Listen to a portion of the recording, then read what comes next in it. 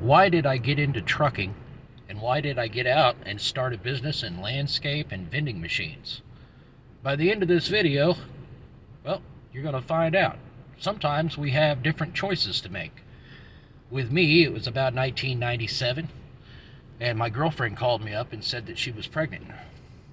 And I was like, I'm working at O'Reilly Auto Parts for $8.85 an hour. And I wasn't going to be able to afford a family on that. And so I went to my dad, who was a truck driver for 40 years, and he taught me how to drive a truck. By the time I was 18, I was driving in the state of Oklahoma, back and forth, for $9 an hour, driving a semi truck. And I worked my way up, and I became an owner operator, and I actually had my own authority where I was getting 100% of the freight revenue. And I did all right, you know, $60,000 to $100,000 a year. That's gross. You get done taking your fuel and your expenses out, you're making about $40,000 to $60,000 a year.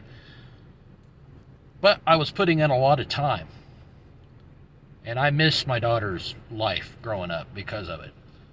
But I was able to provide and buy the house and, get her through school, and she made it. She's 25 and doesn't have any kids, so I feel like that's a success for me, considering I was 17 years old whenever she was, well, I was 18 years old whenever she was born, but had her really early in life. So now I'm 45, my daughter's 25, and a lot has changed. I never really bought into the American dream of owning your house and all that, and I can get into the different problems and the money and how much money you spend in interest on a house over a period of 30 years and the refinance fees and all the stuff that just takes money from you, and then you don't really have it at the end. Now, I look at it as though it's a big scam, but for some other people, there's a lot of people that aren't going to make the sacrifices that I've made. So I sold my house, and I decided to move into a little travel trailer. And I was able to drop my first of the month expenses to zero versus having, my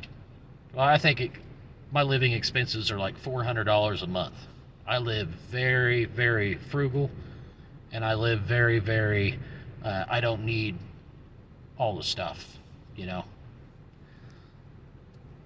That allows me time.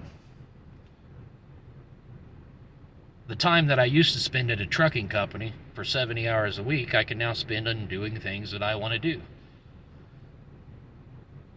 And I found out that I can do jobs that only last a couple of days and make as much as I did in a month at a trucking company.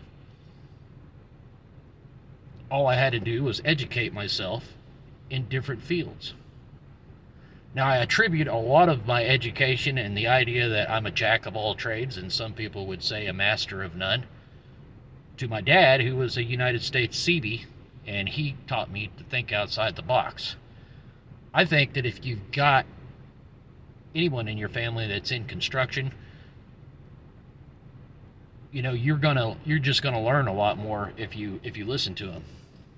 So I gotta give my dad a lot of credit.